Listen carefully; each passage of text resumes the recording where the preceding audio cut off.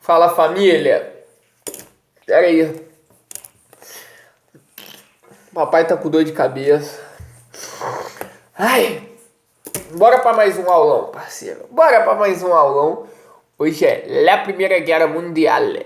Eu tô parando de fazer os vídeos com a intro porque tô com maior preguiça de botar as paradas. Então foda-se. Só vou botar fotinha de capa.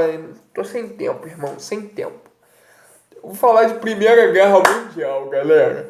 Eu vou focar mais em vídeos de humanas pra ensinar a rapaziada e tal. Fazer uns 2 videozinhos por semana, agora é só humanas praticamente, porque é o que eu sei mais. Basicamente história, filosofia, essas coisas. E eu tô vendo lançar um aluno parceiro meu, Diego, que sabe pra caralho de filosofia. Provavelmente a gente deve fazer o vídeo no sábado, então fica ligado aí. Então vamos lá, galera. Primeira Guerra Mundial. Vamos entender os fatores. Primeiro, que eu vou fazer esse vídeo em partes para ficar organizado, tá? Eu vou dar uma lida aqui, porque também eu não sou pica para saber tudo, tá ligado? Algumas coisas eu tenho que lembrar. Esse vídeo vai ter peculiaridade. Primeiramente, só para você, se eu esquecer de falar desse evento, anota aí, o genocídio dos armênios, que é muito importante, repercute bastante na atualidade, que foi o genocídio do Império Otomano aos armênios por questões de xenofobia, em que a Turquia atualmente se recusa a reconhecer isso como um genocídio. Então anota aí, porque se eu esquecer de falar, eu já estou falando por desencargo de consciência. Então, galera, antes voltando ao final do século XIX, que é importante de falar, e o começo do século XX já houve o Belle Époque. Peraí, vou falar o meu francês.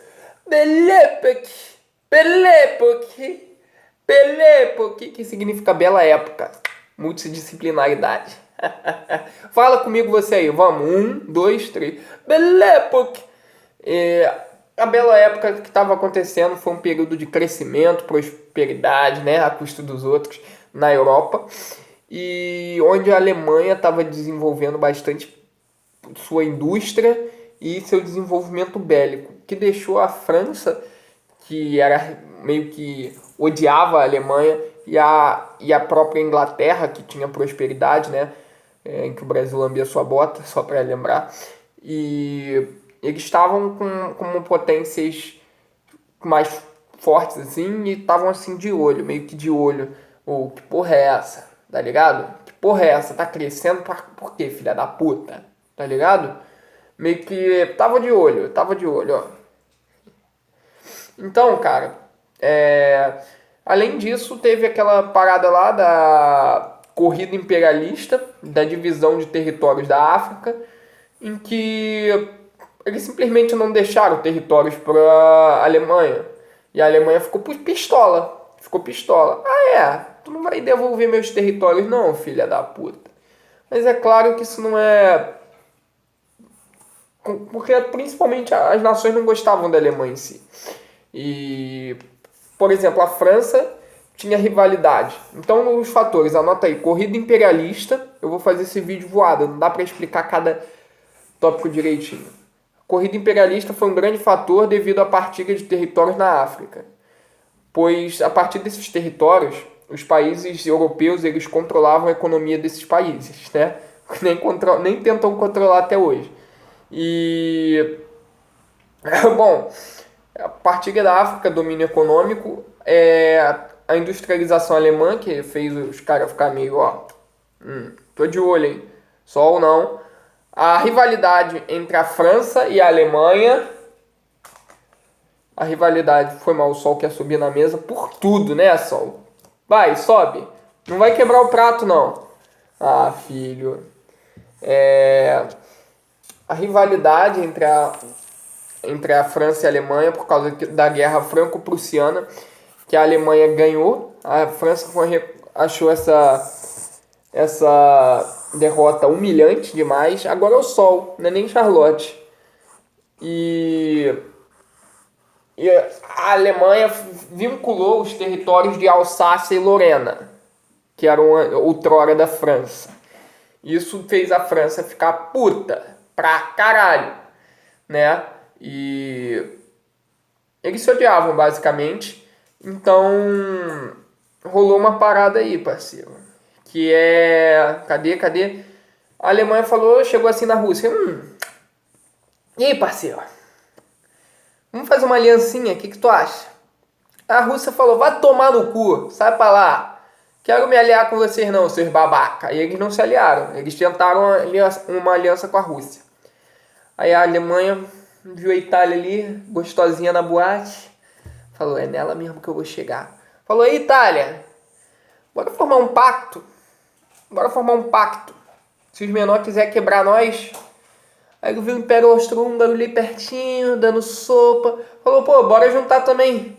Bora fazer um pacto, parceiros. Aí ele juntou a Alemanha, a Itália e o Império Austro-Húngaro e fizeram a Tríplice Aliança, né?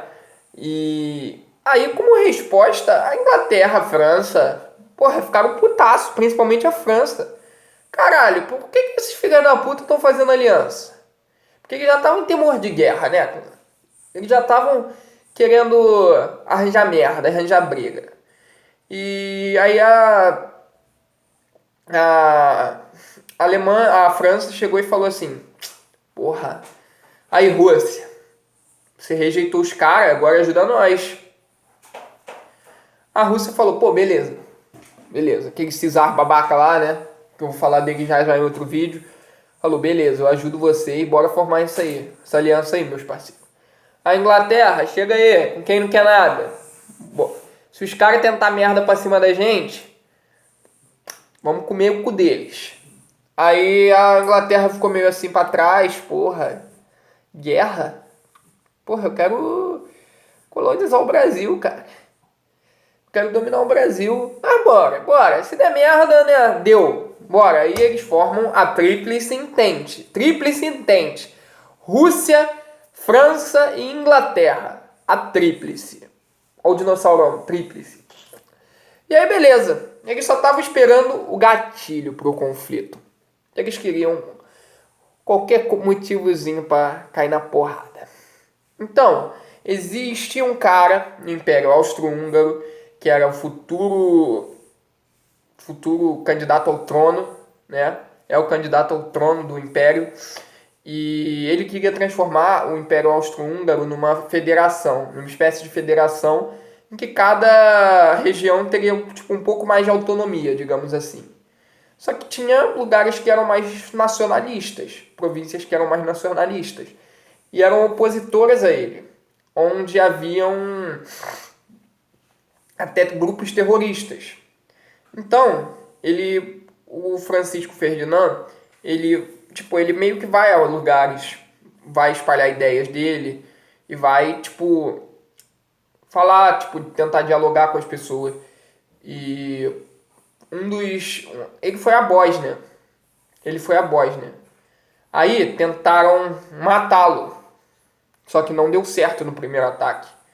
Tentaram jogar uma granada nele, o grupo Mão Negra, que era um grupo terrorista de maioria nacionalista proveniente da Sérvia, vinham da Sérvia, né? Só que não deu certo. Só que o animal, ele falou, porra, ataque terrorista, ferido, foda-se, vou continuar na cidade. Aí, meu parceiro, um terrorista viu ele, cruzando a esquina no carrinho, pegou um tiro pegou a 38, ó, pá, no peito do velho. Nossa, fiquei com uma cara de espanzé. Aí, parceiro, pronto. O Império Austro-Húngaro ficou puto pra caralho, né? Pera aí que essa é a parte da declaração de guerra, eu fico todo confuso. Porra, porque é um querendo comer o cu do outro. Eles acusaram a Sérvia pelo assassinato, devido ao grupo Mão Negra ter muita gente proveniente de lá. Aí eles fizeram imposições à Sérvia, que até aceitou algumas imposições, mas não todas. Aí falaram, vocês não vão aceitar as imposições que nós estamos fazendo a você, a Sérvia, foda-se, irmão, foda-se. Aí eles, guerra. Aí a piroca comia, solta. Só que quando eles declararam guerra à Sérvia, a Rússia entrou no meio para enviar tropa. E quando a Rússia entrou no meio, a Alemanha, que era aliada, falou: vai entrar no meio, então a gente vai comer seu cu também. Eles declaram guerra à Rússia. Só que aí, a França também mobiliza a tropa para ajudar a Sérvia. E aí, a Alemanha declara guerra à França. A priori, a Itália e a Inglaterra, eles ficam meio que neutros no combate. Neutros. E esse foi o gatilho, o começo da guerra. E a Alemanha começa invadindo Luxemburgo, né? A Alemanha invade uma região de Luxemburgo no começo do declarar da guerra. Agora eu vou passar aqui para a próxima página, que é o conflito. Bom, a Alemanha pensa assim: caralho, vai juntar a Rússia de um lado, a França do outro. A Inglaterra vai querer comer meu cu com aquela marinha dela com a pica de 10 metros. Tem que pensar no plano, caralho. Tem que pensar na porra de um plano. A Itália fica lá fazendo pizza. Pepperoni, não quer ajudar nós. Quer ficar neutra. Pepperoni. Bora armar um plano, irmão. Eles fazem o plano Schiffen. O plano Schiffen foi pensado na ideologia assim: caralho. Cara, a Rússia, ela tem um território muito grande. Então eles vão demorar para mobilizar as tropas dele. Então o que a gente vai fazer? A gente vai comer o cu da França antes que eles comam o nosso cu para depois a gente comer o cu deles. Resumindo, eles vão demorar para enviar as tropas e a gente vai começar tomando a França, investindo na França antes de que eles se unam. Então eles começam atacando a França. Só que aí eles pensam, cara, não somos idiotas, eles vão proteger a fronteira deles. Então o que a gente vai fazer? A gente tem que armar uma estratégia para acabar logo. É plano zero, tem que acabar, Vou começar a acabar rapidinho. Só que o que acontece? Eles invadem a Bélgica. Eles invadem a Bélgica para passar para dominar a França. Eles passam pela Bélgica e vão dominando a Bélgica. Só que os belgas, eles que ficam a priori neutros também, não tem muito a ver, eles são atacados e eles resistem. Aí, como eles atacam a Bélgica, a Inglaterra fala: foda-se, eles estavam neutros, a gente vai entrar na guerra. Aí a Inglaterra declara guerra à Alemanha. Aí começa o combate a ferver. Os belgas resistem mais tempo do que o esperado. E os franceses, eles conseguem chegar em uma parte lá eles tomam alguns territórios até que pertencem à França, né? Eles conseguem tomar uns pedaços da Bélgica também, tomam alguns territórios da França, só que eles não conseguem avançar tanto. E com a chegada de mais... peraí, cadê onde eu tô? Ah, tá. Só que aí chegam os reforços, né? Os ingleses e os franceses se juntam e a Alemanha começa a perder um pouco do território francês que conquistou e eles constroem as trincheiras, para ficar algo mais estratégico. Só que quando eles constroem as trincheiras para conservar os territórios, a França e a Inglaterra fazem o mesmo, eles constroem trincheiras também. E aí fica a guerra de trincheira, que tem péssimas condições de vida, né? Ficam muitos dias lá se alimentando muitas vezes de ratos, muitas vezes chove, eles pegam doenças. É horrível, cara, é horrível. A Primeira Guerra também é muito ruim, tá? Falando da Segunda, mas ela também o campo de batalha era uma merda. Claro, mesmo que a Segunda Guerra tenha tido mais impacto, tenha sido mais morte. Mas, precisa ser muito inteligente para saber que a Segunda Guerra é a continuação da Primeira, praticamente. Muitos historiadores alegam isso. Mas vamos lá. Aí o que acontece? Os franceses, eles começam a avançar. Eles começam a avançar perante as trincheiras. Aí, eles falam assim: Itália. A Itália tá lá naquele pepperoni. Vamos bater a massa da pizza. Aí a França chega. Aí. Tudo que uns territóriozinhos na África. O que tu acha? Põe o chifre na Inglaterra. Venha pro meu quarto. E aí eu te dou uns terreninhos. A Inglaterra, isso aí é bom. A Inglaterra trai.